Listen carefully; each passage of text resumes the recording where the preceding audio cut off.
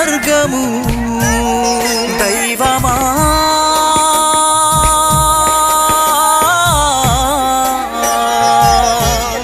దేవా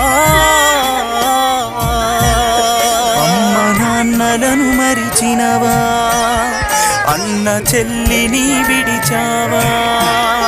అయినోళ్ళను మరిచావా